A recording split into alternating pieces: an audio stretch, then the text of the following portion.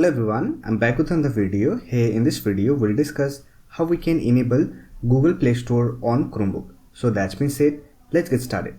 On the latest version of Chrome OS, we get Google Play Store support. Using it, we can install Android application on our Chromebook.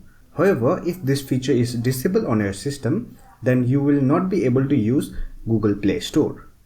Now to enable Google Play Store support, simply click on App Launcher icon. Then open Settings application. Here click on Apps option and look for Google Play Store. If Google Play Store is not enabled on your system, here you will find Turn On option. Simply click on Turn On option and accept the Google terms and condition.